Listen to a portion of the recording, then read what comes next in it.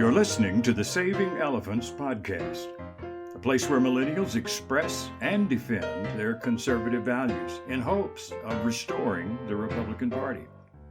Join us as we reignite conservatism for millennials. If conservatism is about conserving the things we have of value, then why is it the Progressive or Liberal Party, the Democrat Party, has traditionally been seen as the party interested in environmental reform and conservation? Shouldn't conservatism be the natural home of those trying to conserve the things that are ours in the natural environment? Well, the American Conservative Coalition, or ACC, says yes. Environmental causes very much do go hand in hand with conservatism. It just looks different than how environmental causes are often expressed by the left. And my guest in this episode, Stephen Perkins, is the conservative strategist and chief operating officer of the ACC, where he joined the organization full-time in 2021. But prior to that, he was a partner at a digital marketing firm assisting more than 50 political and advocacy clients in building successful digital programs over 3 election cycles. Stephen's works and writings have been featured in publications such as Fox News, The Hill, Real Clear Energy, Townhall, The Washington Examiner, and the Dallas Morning News.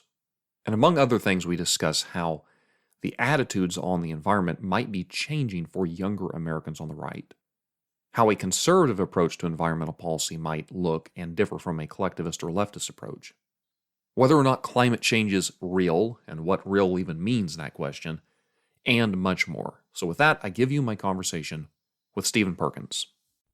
You're listening to the Saving Elephants Show.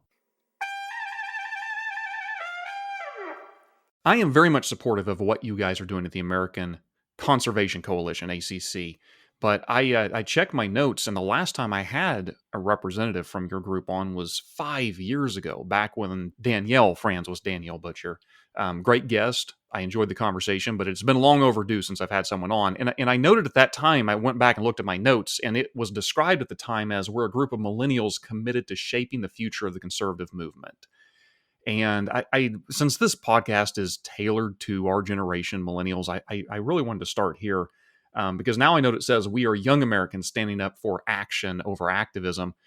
At what point, and maybe this ship sailed a long time ago, but at what point did millennials cease to be shorthand for young Americans? That's a good question. And as you know, it's interesting. The vast majority of our staff now is Gen Z, right? And really the shift happened. You know, millennial was our way of saying young people with voting power, people who are, you know, at that time who were in positions where they could have influence and be involved in the political process. And so that since expanded to Gen Z and very soon Gen A. We're rounding to the beginning of the alphabet again. But really at the core of it, we've had people join and be involved in ACC who are, you know, Gen X, and we welcome them. We appreciate them. Like, at the end of the day, we're open to all Americans who believe in our market-based approach to the environment, to energy, to conservation. But primarily with young people, you know, it's a natural place because we are young people. And so you need to serve what you know and do what you know. But also because young people overwhelmingly, as we look at data and demographic trends, young people are the ones who are starting to trend more conservative, believe it or not, and at the same time care about the environment. They care about conservation and America's energy future. So they go together really well. And it would certainly make sense that if ACC continues to be a voice of, I mean, I don't think it was ever intended to be the millennial voice for right-leaning, say, climate policy, but rather sort of capturing this general notion, I would assume you would agree with, that there's nothing inherent about conservatism, right, that should be anti-environmental policy. In fact, one would presume, just from a 1,000-foot view, conservation, conservatism go hand in glove. And yet, you and I presumably grew up with the same sort of ecosystem of it's the left that's the Al Gore the movie Fern Gully, Captain Planet, just this insufferable nonsense about how almost that corporations were what would you call that, even a personified evil, if you will, Mm-hmm. that they take on sort of a characteristic of destruction for the sake of destruction to Mother Earth, and that Mother Earth is this sort of unalloyed good. But that marked a lot of ways, at least from what I recall, my upbringing, right? It was Rush Limbaugh's constant, the environmentalist wacko. And I think there was a lot of, truth in some of that in a lot of ways the left, the radical left, the former Marxist, say, and sometimes the current Marxist, had adopted left-wing politics and grafted with environmental concerns as a means of, say, introducing collective control to society. Is this something that, so I feel like I can speak with some authority about the millennials' view, but I'm assuming this is something that is still true today, that there was almost a die marker cast between, say, millennials and younger versus, and as a true millennial, I usually ignore Gen Z. I don't even know what to think about them half the time, but I'll just say the Gen X. The Gen X exists somewhere in the middle. I'm going to say the baby boomers and older, right? That there is a sort of cultural shift between, it's not just millennials, but it's younger Americans see conservatism and environmental issues as not being counterproductive to each other, whereas older Americans, maybe, are they still in that mindset, or are they also coming around? Yeah, it's a really interesting, when you look at the history of American environmental movement, conservation movement, whatever you call it. There's an interesting history there in that Americans used to be pretty united about the fact that we should take care of our land, our natural heritage. We want clean air, clean water, all those sort of platitudes that we reference today. It was truly a bipartisan thing, right?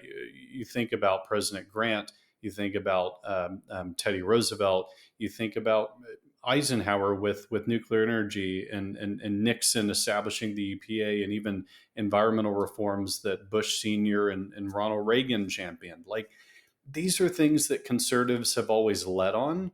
I think the difference in the modern context is they aren't as insufferable as the left is on this stuff of, and this is, the extreme view of it, but the left, in terms of, we're going to cover all of our land with solar panels, we're going to put all these windmills on the countryside, oil and gas needs to be extinct in the next week, and everyone's going to drive the hybrid Prius. And I'm not a big Prius fan. I don't think I would ever drive something that looks like that. But the way that conservatives engaged on that extremism, and I'm happy to say that the good news about Gen Z is a lot of them don't know who Al Gore is, and so we're making progress in terms of sort of weeding out some of the extremism. But understandably so, you bring up the Rush Limbaugh, you bring up about, probably your parents' generation, my parents' generation. The idea was, what the left is saying about the environment is so out there, and they're doing it to grab attention and to sort of plant or anchor, into the argument. It's so out there that our natural reaction is no. Our natural reaction is drill, baby, drill, right? Like, we're going to be just as obnoxious as they are, but from the opposite side. And it's sort of like when you get, in a really bad argument with someone, like tensions are high and you're just sort of being dramatic and petty and throwing all this stuff out there. And then at the end of that argument, assuming, you're still friends, you're like, okay, well, that was a little crazy. And maybe there's something that maybe we're not as extreme as we think. There's certainly extreme factions on both sides of the political spectrum when it comes to environment and conservation. But my point is that I think we're reaching a point now where more and more Americans are saying, I can believe in I can believe in increasing clean energy and not believe that every piece of land has to have a solar panel. I can believe in that, that using fuel efficiency is a good thing, and those are good goals and all that, but also know that oil and gas has a role to play, a very important role to play. I can believe in protecting the earth and protecting our resources and be a conservative. Like, these things are not mutually exclusive. So I think, things are trending in the right way, and that's certainly what we try and capitalize on. And when people have that awakening, we want ACC to be there to say, welcome, come inside. We'll help you learn more. I want to hang out here on the history just a bit longer because it's interesting. The word conservative is terribly unhelpful in my view. I call myself a conservative, so do a lot of other people, and we do not agree on a good many things. That being said, if we broaden this out to say let's nix the word conservative, and let's just say the Republican Party or the broader right within the United States over the past, say, century or so.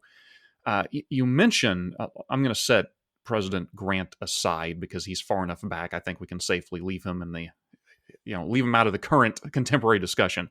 But you mentioned three others: Teddy Roosevelt, Eisenhower, and Nixon. And if we're focusing not on the battles between the left and the right in the United States, but within the intramural fights within the right, say, those individuals, Teddy Roosevelt, he was the great conservationist, but he was also a progressive, unabashedly a progressive. And we could have a whole conversation, good or bad or whatnot. I'm not necessarily trying to open that can of worms. I'm just saying that he necessarily was, and granted it was pre-FDR, but I think he more closely aligns with that sort of progressive era of American politics, out of step with, say, a Reagan-type conservatism. Eisenhower, who I personally think was a very good president, didn't disavow the FDR system. And in a lot of ways, because it followed from Truman and the Eisenhower Republican administration, in the eyes of movement conservatism with William F. Buckley in the at that era, their main target was the Eisenhower administration, which was always kind of a weird target because it was a conservative magazine going after a Republican president. But it was a sort of, well, he's not disavowing FDRism and he's not strong enough against communism, therefore we're against this guy. And of course, Nixon is, good grief, we could talk about that guy for hours. He at different times, he was seen as the true anti-communist champion of the right, so the conservatives loved him. But beyond that, the guy was basically a moderate leftist at best. So I'm saying all this because there's an alternative view within the right, which is the Goldwater, William F. Buckley, Ronald Reagan, sort of cantankerous conservatism that comes out of this that says we're disavowing this establishment, big government, progressive republicanism. We are the alternative. And of course, Rush Limbaugh, as much as I have faults with the guy, is kind of in that vein, right? Maybe a more populist version of it. And so I'm wondering, is this just a matter of left versus right? The left went radical with environmental concerns, therefore the right has to go radical the other direction. Or is there a larger story here of the small government libertarian, say, conservative movement was always misaligned over the last 100 years, say, with the Republican Party's version of environmental concerns?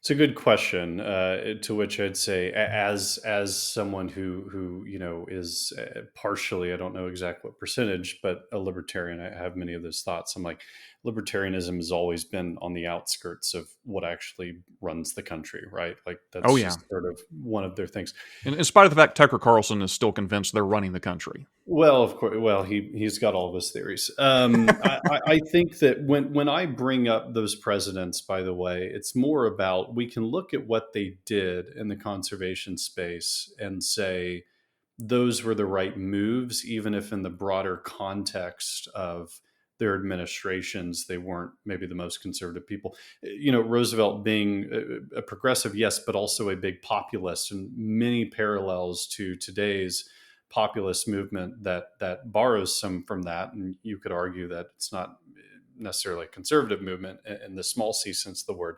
But anyways, the idea that we should have some of these wonders under federal protection, I think is a really smart one. That's something that that even a couple of weeks ago when there was the fight over whether to sell off federal lands, like you saw such an interesting coalition of left, right, and very right people who came together online in this rare moment of unity and say, we're not going down that path. We're not entertaining that.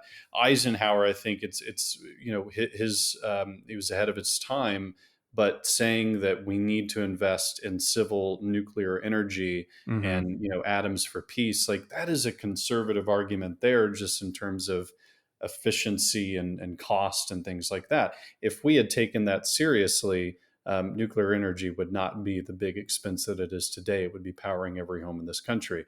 So anyways, I say all that just to provide some context. I think the question about about sort of the different factions, let's call them, within the conservative movement is a fair one.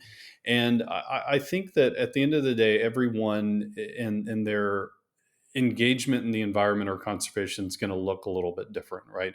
The more libertarian people would say, okay, maybe the government does have, the obligation to, let's make sure that clean air and water are there, but like beyond that, maybe that's their limit.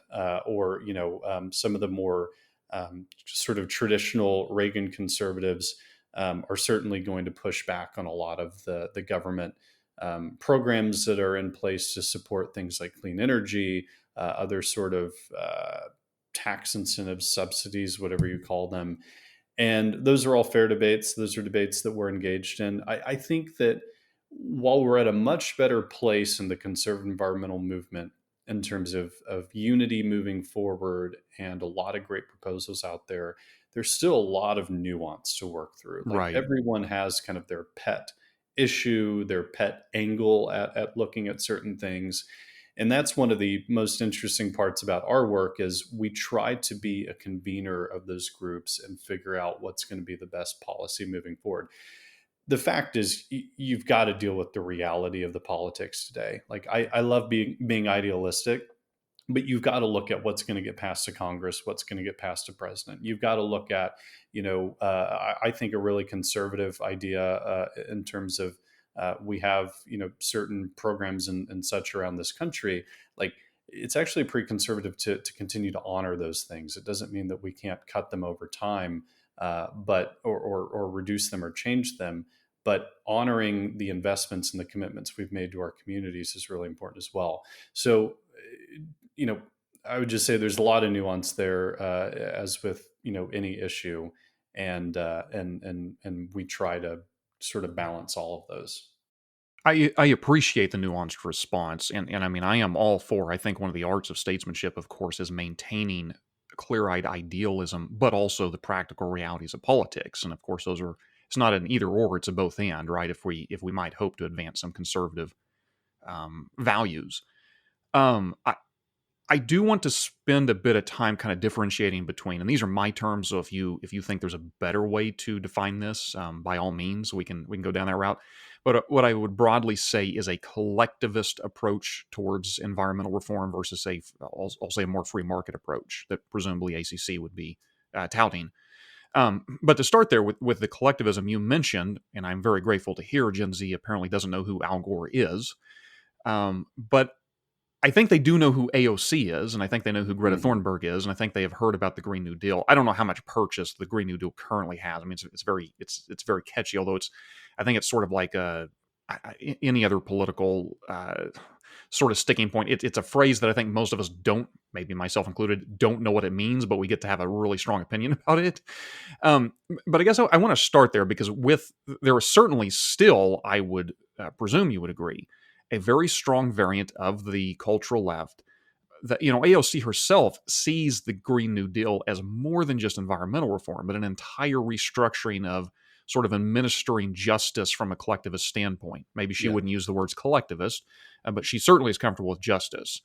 This general notion that we can have our cake and eat it too. Maybe to a certain degree, ACC believes the same thing. Look, we don't have to say no to growth and prosperity while we're saying yes to environmental reforms, right? These things can work hand in hand.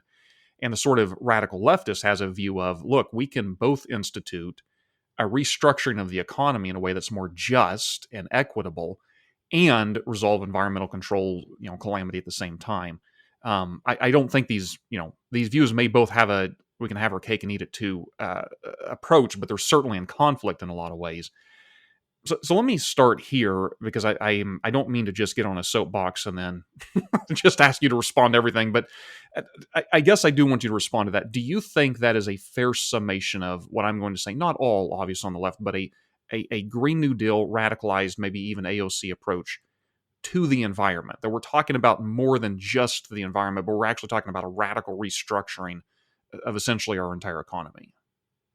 I think my head is spinning with thoughts. I think in many ways you've sort of nailed the central versus statement of what's going on, not just with environmental policy, but with a lot of policy. collectivism versus whatever you want to call it, market based approach, or sort of a more, I like to think of it as a localized approach. I mean, I think, what you see often, usually with coastal liberals, is this idea that we know how to do things really well, and the middle of the country, where the real doers are, frankly, they should just get in line and we'll set policy for them. Like, it doesn't work. And by the way, they hate you for that idea. You bring up the Green New Deal. It's interesting. When we did polling, I don't know, probably 4 years ago, I think we saw something like 70% of young conservatives, just to let that sink in, supported some or all elements of the Green New Deal. We've now seen more recent polling that the majority of people don't even believe in the Green New Deal anymore. And I think part of that is because they don't mention it as much. If you look at AOC and other people on the left, I think they've stopped using the Green New Deal language, and they've sort of woven elements of it into sort of their other platform points. But what is really interesting to me about Green New Deal is, you're right. I mean, if you look at the details from like Sunrise Movement, what's in the Green New Deal? It includes like having a civilian conservation corps so that we can help elderly people cross the street. I mean, I'm not even making that up. It's like elderly assistance is part of this environmental package, and I'm thinking, okay, I don't get that, and so it is a broader social thing. And I'm a big fan of that. If it's like these bills that we see in Congress that, oh, this is the defense spending bill, but actually it has all this stuff that has nothing to do with defense. Just say what it is, and Right. and make it, on its own thing, and be honest about that. But what I find interesting about the whole idea of the collectivist approach is they are attacking the wrong thing. What they are saying is that market-based approach doesn't work because look at the world. Markets have caused pollution. Markets have caused emissions. Markets have done X, Y, and Z. When what they don't realize is that that's not markets. If you look at the country today and you think that we have free markets or even just a market-based approach to things, you are so incredibly wrong and economically illiterate. This is government subsidized capitalism. This is government controlled capitalism that we have today, or crony capitalism. The reason that the market is failing, so to speak, is not because the market fails. It's not because markets are bad and we should find something else. It's because when the government gets too heavily involved, that is what pushes markets to fail. And it's interesting, every time you look at any government program, it's not doing very well. Government has a terrible track record with running things well. And if you think that the government can manage an entire economy, I don't even know where to begin that conversation with you. So what I would say is we I think it's an interesting place where we say, ACC is not saying no, keep things the way they are. We are saying we do need more market-based approaches, and that means getting the government out of things, not more involved in things, getting local communities more bought in to facilitate these things, and not having the mandates come down from the central government. That is the core of it. My town knows how to run things here a lot more efficiently than a group of politicians in Washington, D.C., of which someone from my town is only one person in the House of Representatives, right? So they don't have it just doesn't work out that way. And our founders knew that. They wanted hyper local control. We've gotten so far away from that, and in many ways, that's what we're trying to fight to reverse. I was wondering when the libertarianism would seep out of you in this Yeah, that conversation. felt good. I got chills. It was nice. So I'm wondering here, because I'm thinking about one of the standard critiques or responses to what you had just shared. That honestly, I think is shared with both the collectivist left, but also we're seeing more and more on the right these days. Is like, okay, well, that's well and good. I understand your concern that we don't just have, say, unfettered capitalism to blame. But the reality is the world is not made up of that small business back in my hometown that's concerned about the water. The world is made up of large corporations that that operate from thousands of miles away and are answerable only to shareholders, not to the community that they're necessarily polluting. What do we do about that but for some sort of a collectivist? And maybe I'll soften the blow by not calling it collectivist. Well, let's say, what do we do about that if it's truly a global phenomenon that is not itself a government, but for a government? How do we actually curb their tendencies to not care about the pollution they're producing, in a sense? And that's where my libertarianism ends a little bit of like, obviously we need some pollution control policy. Like I think it is completely fair for the federal government to say, hey, don't dump these chemicals in that stream. A lot of it happens anyways, but that's where I think the EPA has a role to play. Do I think the EPA should be as big as it is today? Absolutely not. I think there's a lot of bloat there, but at the end of the day, if it comes to preserving clean air, clean water, prosperous lands, all that good stuff, there's a role to play there. And that's not something that we can just rely on a patchwork of state policy to accomplish. The other thing, going back into my libertarian mind a little bit, the beauty about markets is that there is accountability built in. You're a customer, you can be a shareholder. I mean, right? And people may think, well, I'm not Warren Buffett. I can't go buy a majority of a company or become an activist investor. But the point is, we've seen even in recent history that if you don't like the practices of a corporation, you can certainly show that. You can protest that. You can boycott that. I roll my eyes at most boycotts, but that's okay. They're usually over quite dumb things. So the point is that I would not say that there's zero room for government involvement. There absolutely is, and the government should come down hard on industries that want to exploit our lands. This idea that first of all, they're so deeply ingrained into our politicians' pockets, right? You look at where politicians get their money from. A lot of industry groups, many of them, are polluters. I think that's inappropriate. I think voters should hold that to account. But my point is that whether it's our economic system or our government system, there are ways for you and me and everyone listening to check that. And if it's a big enough issue, it should be mobilized around. And so, there are mechanisms, whereas in a more collectivist or, even go down the road of like socialist sort of systems, you don't have that power. There's zero power. And I would rather take a little bit of power as people than zero power. So, and I think it's interesting in your response, which I largely agree with. I define myself as I love libertarianism. I love libertarians. I think they have a lot of good points, but I'm conservative. And I define myself as such because I think there is a natural point at which libertarian kind of goes off the cliff. If you take all of its ideas to their natural conclusions, you end up with, and to be fair, there's a lot of very smart libertarians who've found ways to work around this. I'm not just implicating all of them. There's a lot of instances where you end up with there's no justifiable reason the government should ever intervene in any corporate decision for environmental controls. And that just seems like a non-starter to me. But I also acknowledge one of the difficulties of conservatism is it has to therefore exist with intention, right? You can't just take the single free market approach and take it to its logical conclusions. You have to recognize the world has a give and take. It has competing interests. And let me share with you right quick I always love quoting my better, so I'm going to quote the father of neoconservatism, Irving Kristol, says, "What environmentalists want is very simple. They want the authority, the power to create an environment which pleases them. And this environment will be a society where the rulers will not want to think economically, and the ruled will not be permitted to do so." And then, of course, the great Thomas Sowell said, "No matter how pure the water becomes, someone can always demand the removal of more impurities.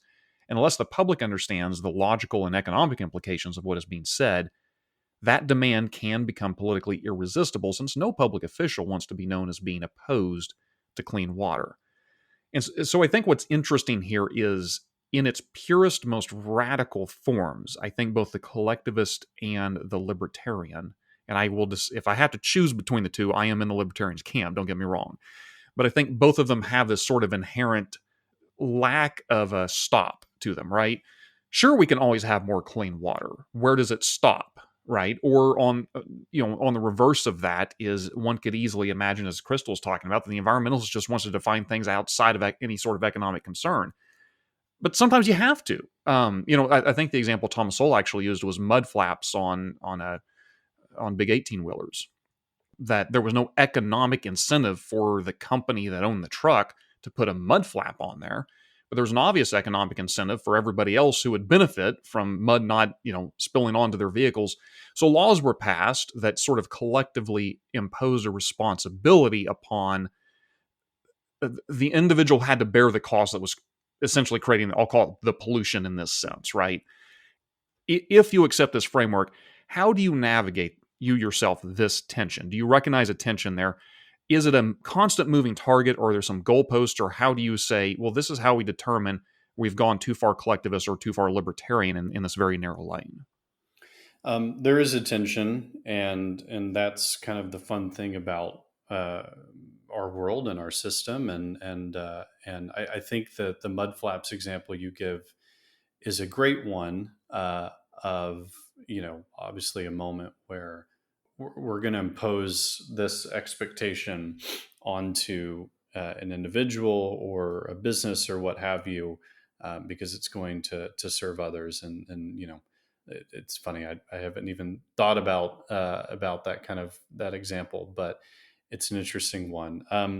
Yeah, I mean, it's sort of difficult to answer the question of what's our limit, right? What's the limit? Okay, we agree in keeping the air clean, but does that mean that, what does that mean? Can we then go ban planes, right? Can we then go, I don't know. I mean, some people want to kill all the cows because of their methane emissions. And it's like, well, I think the vast majority of people realize that that's insane and would have these reverberating effects across the country, across the economy, all this stuff. GDP isn't the only point, but it's there to serve us, and our economic or our environmental policy should strike that balance of like we're not we're here to protect our planet. I believe that we're put here in part to protect our planet. But if we do things so extreme that we're back to living in the Stone Ages, or some people even believe that the best thing you can do for the environment is kill yourself, then what's the point of all of this? Mm-hmm. And I do think that sort of a lot of people in the environmental movement have this nihilistic approach to things where everything is doomed, and we're just making everything worse by the day. And it's like, it's just not true. The United States leads on emissions reductions. We produce energy. We're one of the cleanest energy producing countries. And, we've done that because people have spoken up and they want that. And that's the world that we want to live in. I don't accept this doomerism that, either from the environmental side of like nothing's ever going to be fixed. I also don't accept the slippery slope that, the first we're going to say you can't dump into a river, and then the next day we're killing all the cows. It's like, I think there are pretty clear guardrails that get tested, certainly from time to time, like with any sector of policy. But I think inherently we kind of know what the right answer is there. So, what would you say then, if you're addressing a group of people who are unfamiliar with alternatives, say, to a collectivist approach? What's just sort of an elevator pitch to what is a free market approach to environmental policy? What are some examples of policies, or maybe a framework that you might provide that, like, here's an alternative way in which we can do this? Yeah, and I'll just make the distinction that we are market-based. We're not completely free market, because I think when people look at our policy proposals, if they're a hardcore free marketeer, they would say, they'd come at us with pitchforks. Gotcha. Because again, going back to that conversation, if we agree that there is a role for government to play even in a very limited space, that's no longer free market, right? Even if it's just like a tiny ounce of involvement, it's no longer free market. So that's an important distinction. In terms of actual policy, I think a lot about how can we get the government out of the way, and and how can we empower people to do what they want to do, to benefit things. So right now, a big fight. Now that the reconciliation process is over, and hooray, the government is funded at trillions of dollars. Now the big fight. There's that libertarianism again. I know. Now the big, well, it should be conservatism, but anyways. No, in Now all the big, fairness, let me be clear. No, I am in agreement with you there. yeah. Sorry. Now the big fight is, okay, we've got a lot of companies in this country that want to invest tens of billions of dollars over the next couple of years, decade, whatever it is. And right now, our permitting process, which is the government reviewing your application to build this great thing and saying, yes, you can build it, or no, submit more things, blah, blah, blah. Our permitting process is, I wish I had a stronger word, but it's just insane. It's insane. It's almost as if, a child came to their parent and said, I would like to make A's this semester, and their parent says, no, you're not allowed to make A's. That's ridiculous. We can't do that. You need to make a C. Like, that wouldn't happen. But the government is essentially saying that to these companies that they're coming to the government and saying, we want to invest tens of billions of dollars into energy production, right? We want to build new power plants. We want to build transmission lines. We want to build small modular reactors to power all of this, or even just nuclear facilities to power all of this AI, all of these data centers, all of these things that we know we need.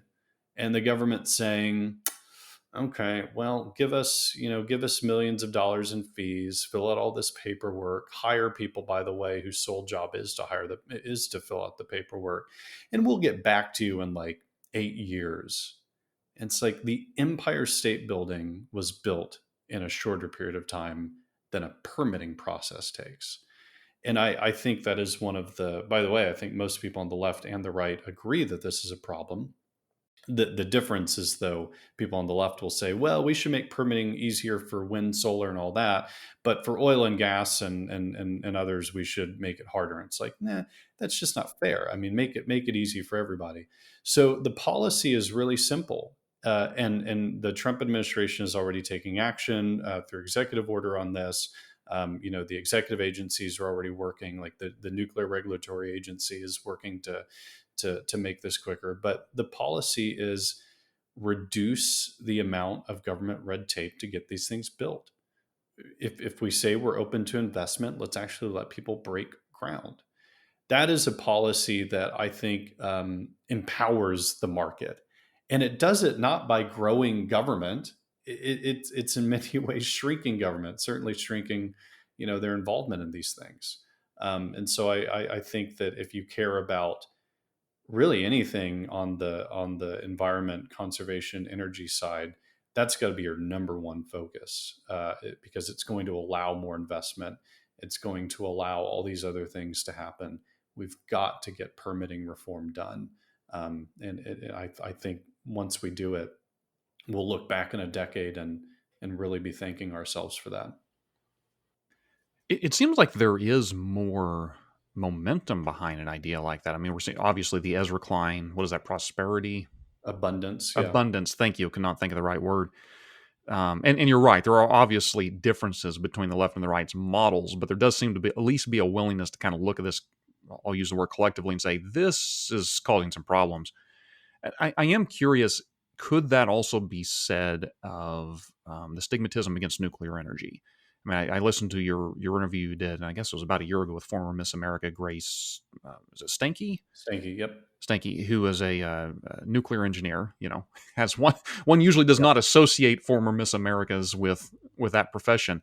Yeah. But that was sort of her driving passion, right? Trying to share why this is why this is a good, why it can produce so much clean and abundant energy, and now is the time to really invest in nuclear as an option.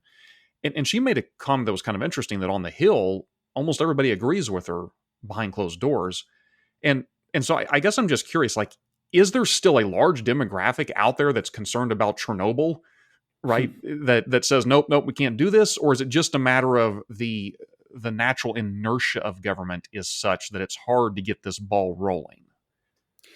Yeah, the nuclear thing, which is probably my top pet issue, and Grace is great and does a lot of great work. The nuclear thing is so frustrating because, um, if it's not Chernobyl, it's like 3 Mile Island, which, by the way, didn't kill anybody and is now Right. back in operation today. So if it's so scary, why are we doing it?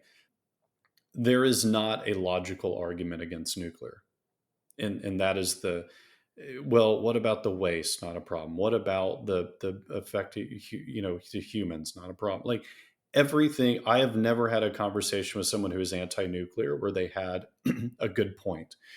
The only thing that I'll give a little bit of credit to is, oh, well, nuclear is so expensive, and we really should be spending that money on things that are deployable today, right? Things that can be built a lot quicker with a lot less red tape. Nuclear was set decades behind. I talked about Eisenhower atoms for energy, obviously the nuclear hysteria within the 60s and 70s, and that's continued into much of our governing generation over the past, I guess, since the 70s, right? Like, only it is a recent phenomenon that you have members of Congress who agree, Democrat and Republican, that we need to, engage in a civil nuclear energy race. And I think that's because for so long, most of it's been driven by the constituency, or we're scared, we don't want to live by a nuclear plant. Which, by the way, most people, but a lot of people live by a nuclear plant and they don't even know it, right? We've got Texas A&M, just up the freeway here, has a nuclear facility on campus and no one knows. And so we're okay being around it because you have been around it for the last, for most of your life, and you've been fine. The challenge comes to, I think, the cost is a big piece, and there's a case to be made there that, okay, we'll make it easier for these things to be built. And also, I think people still think of nuclear energy as these big cooling towers, what you saw in The Simpsons, and that's just not what they are anymore. They're making these micro reactors that can power a neighborhood, and they're the size probably of my office here. Like, we're really tuning in the technology. In fact, one of the most innovative industries right now is the nuclear industry. I was at Texas Nuclear Summit, and a lot of industry people. So many of them were young. I mean, they're bringing like the startup mentality to nuclear energy. It's like, how can we make the iPhone of nuclear reactors? And it's really cool to see. So I think that we are seeing, and with the Trump, administration, who says we are going to significantly increase our nuclear capacity over the next decade or so, we're seeing the beginning of a nuclear renaissance. And for all those people who are concerned about it, I really encourage them to learn more about nuclear, to go to a plant, to tour it, and to see that it's not something to be afraid of. It is, I think, the number one thing we can do if we are serious, not just about the environmental stuff, because yeah, it's great, but more importantly, with AI, with technology, with everything that is at this point unstoppable, and I think really, really good progress, we are going to need so much more energy over the next few decades. And we're not going to get there with just solar and wind. So if you don't like oil and gas, if you want a clean option, embrace nuclear. Like, that's your only option. I'm sorry to say, but it's also a really cool thing, and we should be thankful that we figured out the technology. Yeah, I think for me anyways, the lesson of Chernobyl, at least, is beautifully captured in the show of the same name with, I think that was HBO Max that did the Chernobyl series, isn't that nuclear full stop is dangerous. It's that socialism, Yes. which naturally evades the truth, leads to catastrophe, Yeah. usually environmental, and that this is something that we ought to embrace as we can make things safe and respond, because that's what the free market does, right? Or I'll say the market approach does, is it is responsive to the needs of its consumers in a way that a socialist collectivist system cannot be. Yeah, again, who ran Chernobyl? It was the Soviet Union. You're telling me that they had the correct incentives to do it properly, and everyone there was trained, and their policies and procedures were correct. It's like, okay, it's a documented fact that no, that wasn't the case, and I think that show is a great example of explaining it. But there's also just been this nuclear propaganda that's been put up, right? I mean, Homer Simpson. If an idiot drunk like Homer Simpson can run a nuclear plant, how safe can it really be? The fish have three heads, and it's like, it's just not the reality. You go to these plants, you tour them, and you meet some of the smartest professionals that work in any sort of facility in this country. Like, and even today, the way that traditional nuclear worked, where meltdowns were a very real possibility, you have new technologies that are, nothing's 100%, but pretty solid in terms of there's not going to be a meltdown. We have molten salt reactors that Abilene Christian University here in Texas is working on with some private industry companies using the molten salt, and the meltdown risk just isn't there, right? And so that's what I say in terms of the technology has advanced to a place where my vision has always been we're going to have a micro reactor in everyone's backyard, and I think that's very real possibility that at some point in the future we have neighborhoods that are powered by nuclear, and it's almost like we create these little mini grids that are connected and always on and reliable, and it's an exciting time to be alive. I kind of feel like how people felt maybe in the 50s when we were starting to get into space and do all that stuff. It's like Mm-hmm. we've got some real cool stuff happening, and I'm just afraid that not everyone realizes it. But it does take more funding, and it's going to take cutting government red tape and all that stuff to really unleash it. And I hope you're right. I know that sometimes generationally, or as time goes by, attitudes change on this. I mean, maybe we were sort of the last generation to, it wasn't Homer Simpson. I grew up remembering SimCity 2000. If your nuclear power plant catches fire, your entire city gets destroyed. So, Yeah, that's fine. which is sort of a absurd, a counter reality that we were fed at that time. Um, I, I I want to pivot though to climate change, maybe in rounding out our conversation here, because I think that is sort of the elephant in the room, if you will, with a lot of environmental discussions. I know that I have heard many people who are conservationist environmentalists who will complain that climate change sucks the oxygen out of the room for almost any other environmental discussion. Nevertheless, I think it's certainly important, but it is one of those that I think may, in certain regards, be the last vestige of, especially for the older Americans who are coming around, say, more to climate policy. That's planting trees or ways in which we could purify the water. Climate change is still sort of almost a buzzword that will instantaneously cause individuals to fall back on their priors, saying, look, that's just a lot of nonsense. And so there isn't a question here. There's probably a series of questions. Maybe we could do a bit of back and forth, but let's just try this at 1,000-foot view. In your view, and to the extent you're representing ACC, is climate change real? I know that's a loaded term. And what does real mean? Yeah, it's a great question. Yes, climate change is real. I mean, some extent of change in our climate over time is real. There's the big debate of how much of that is natural versus man, caused by man. I think that both can be true. That both there is natural climate change that we have studied from the beginning of time that we've been recording all this stuff, right?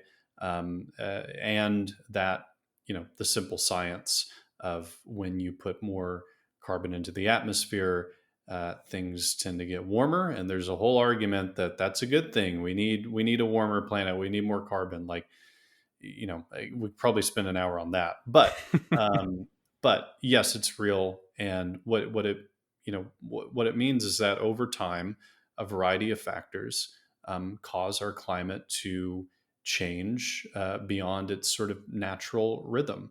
And the data backs that up. The science, like with anything, climate change is a theory. Any theory can be, proven or disproven at any time, right? There's constant science going on. There's a lot of bad actors in the science community around climate change, both I want it not necessarily political, but like for the sake of this conversation, both on terms from the left and the right. People who are just not doing good faith arguments or interpreting data in a way that makes sense. I often liken it to growing up on the Gulf Coast of Texas. Hurricane season was always a fun event because it's like, is it going to hit us? Is it going to go to Florida? Is it going to go to Mexico? Whatever it is. And the meteorologist would show all these models, right? You usually have these sort of center models. That's the average of where things are going. But you've also got these models that go crazy. And that's the climate science, right? It's a bunch of models, some of which are really extreme to each side of either saying, nothing to see here, no cause for concern, nothing to do, and things that say like tomorrow we all die, right? Like these are, and then the truth is usually somewhere in the middle. And that's what we try and focus on. And I think that just make this final point that we try not to get caught up in is the climate change thing debate. But what we try and do is we try and say, okay, we know that our generation, first of all, overwhelmingly believes that it is real to a certain extent. Like, let's just talk about ways, instead of getting into like, well, here's how we can reduce the carbon by this number of particles and all this. Like, let's just talk about the ways to invest in our planet. Let's talk about ways to make our soil healthier, make our air clean, that same stuff that we've talked about. I think that when you focus on the basics, the rest will largely take care of itself. So I'm inclined to agree with that, but I think, not that this is going to be news to you, I think what you just said is the very point at which some would take radical exception, right? Because you're expressing, in a sense, almost a faith that could happen, that we're not facing catastrophe, the possible extinction of the human race. I'm not trying to exaggerate. I'm just saying these are literally the terms that sometimes get used. And I think this is what I mean by the phrase is climate change. What does real mean, right? To the extent that the climate changes, I don't know of anybody that disagrees with that. I think, though, when you go a little bit further, okay, well, if we accept the climate is changing and that it's changing in this particular direction, and we can kind of project what that might mean for the future, there, at some point, you have to step outside of the realm of science and projections and into the realm of politics and policy, right? And this is where to borrow a completely unrelated example, the killing of George Floyd was an atrocity, but that did not necessitate that I take part in a Black Lives Matter rally, wear the pin, and then support highly specific, nuanced policy suggestions by the Black Lives Matter organization. And I would say the same with climate change. And I'm not trying to be disrespectful. I guess I'm just saying there is, I often see this on the left. There's this sort of leap of, 98% of climatologists agree climate change is real. Therefore, you have to support the Green New Deal. Mm-hmm. And like, well, I don't connect the dots there necessarily. Now, I would go, you mentioned earlier it was insane, the notion that some people think we ought to kill all cows. I think most of us would suggest it's not insane if we knew with certainty that if we let cows live, it was going to be the extinction of the human race and the entire planet, right? So I think the question therefore becomes, what do we know with certainty, right? How much straight line projections can we actually do with the science and the known models if we see that it's, and I think at, say, a global level, you mentioned maybe it's good having more, maybe it's good having the CO levels increase in the atmosphere. Maybe that explains why we have more trees. I had a friend who said a warmer planet is a more productive planet. It allows us to plant more. But even if that's true, it's not good for sub-Saharan Africa. where they're already having issues with drought, and you could sort of see how, okay, even if I don't know with certainty what this is going to do, it's not good for that part of the planet. Therefore, maybe here's some global initiatives or responses. Again, I think almost everything I've asked you has not been a direct question, but just sort of parameters. But I guess I'm getting at, if our knowledge is limited with the science, this is where it kind of scares me. It seems like what we're reduced to is faith, right? Do we put faith in the fact that the planet is frail, that we're some sort of an aberration to the planet, that we're destroying the planet, that the best thing we could do is kill ourselves, or at least not have children? Or do we have faith in the general notion of I don't want to say it's just restricted to, but a more Christian model of we're here to cultivate the planet, that this was intended for us? And I don't know necessarily how to reach someone when it's a faith argument, not just a facts argument. Yeah, and you see sometimes this idea of the church of climate change, or like the religion of climate change, and people who, okay, they've accepted this thing and that's the way it is, and so there's all these tenets off of that belief system that come from it. Yeah, I totally understand that argument. It is difficult, because if you're trying to reach one of those people and say, no, we're not destroyers of the planet, we were put here to cultivate the planet and take care of the planet, and like we are, in the way that you want to, for healthy soil, you need living organisms to be within it. Like you need living organisms to take care of the earth. I think those people have just already, they're turned off to that belief. I do. I think that, again, that's why I go back to the basics of, let's focus on the things that we know are inherently good for the planet. And yes, we can agree on a lot of what those things are. We can agree that I'm really big into the regenerative farming space, and just in general restoring the soil of our country. Like, I think we can all agree that healthier soil is good for the planet, and I bet that if we had a lot more regenerative farming in this country, I bet that that there would be climate markers that show that things are trending in the right direction. I bet there'd be, by the way, a lot more rainfall in areas that need it. That's something that is interesting. I think we can all agree in keeping pollution out of our waterways, so that we and our family and our children and people can enjoy those waterways, not just for water to drink, but for recreation, all that stuff. My point is, I absolutely would caution people of turning it into just this faith in catastrophe, or faith in the climate stuff.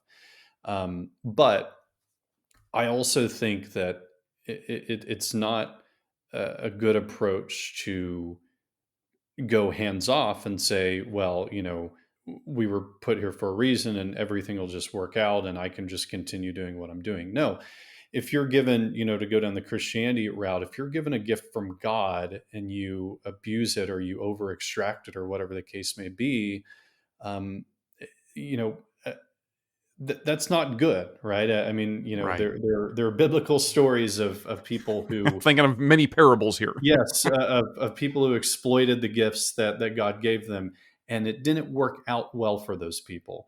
And so I think on both sides, there's a little bit of like, chill out a little bit, and we can agree on these things, ways to take care of our planet. I hope that answers the question. It's one that we don't talk about as much. It's a lot more of the philosophical side, but it's a really important point. Right. No, you do, Stephen. And I've enjoyed this conversation. It's been a great one. I want to close with, I don't know if you call it your motto, but they're on the website for ACC. We are young Americans standing up for action over activism. So as a call to action for the listeners, somebody sitting here listening to this, hey, I care about the environment. I think this guy, Stephen, makes a lot of sense. I want to check this out. How does someone get, because I know you're not just a national organization, you got local chapters all over the place. How does someone get plugged into ACC where they're at? Yeah, I think you'll find that that we're probably one of the best organizations in terms of getting you involved pretty quickly. So you can go to our website. It's acc.eco.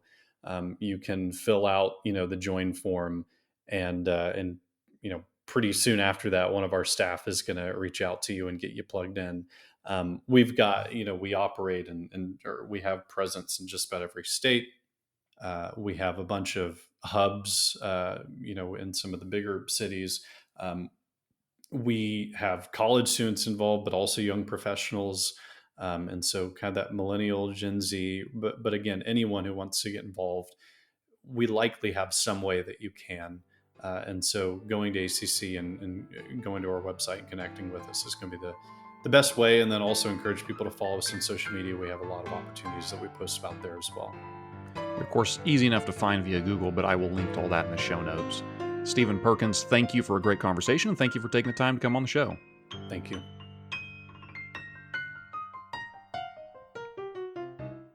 Thanks for listening to the Saving Elephants podcast. Be sure and subscribe for future episodes. Do you have a topic or question about conservatism, millennials, the Republican Party, or anything else that you'd like us to cover in a future podcast? We would love to hear from you. Email us at savingelefantsblog@gmail.com. That is savingelefantsblog@gmail.com. You can find us on Facebook, Twitter, and catch our weekly Friday blog posts at savingelefantsblog.com. That is savingelefantsblog.com. Join us next time as we reignite conservatism for millennials.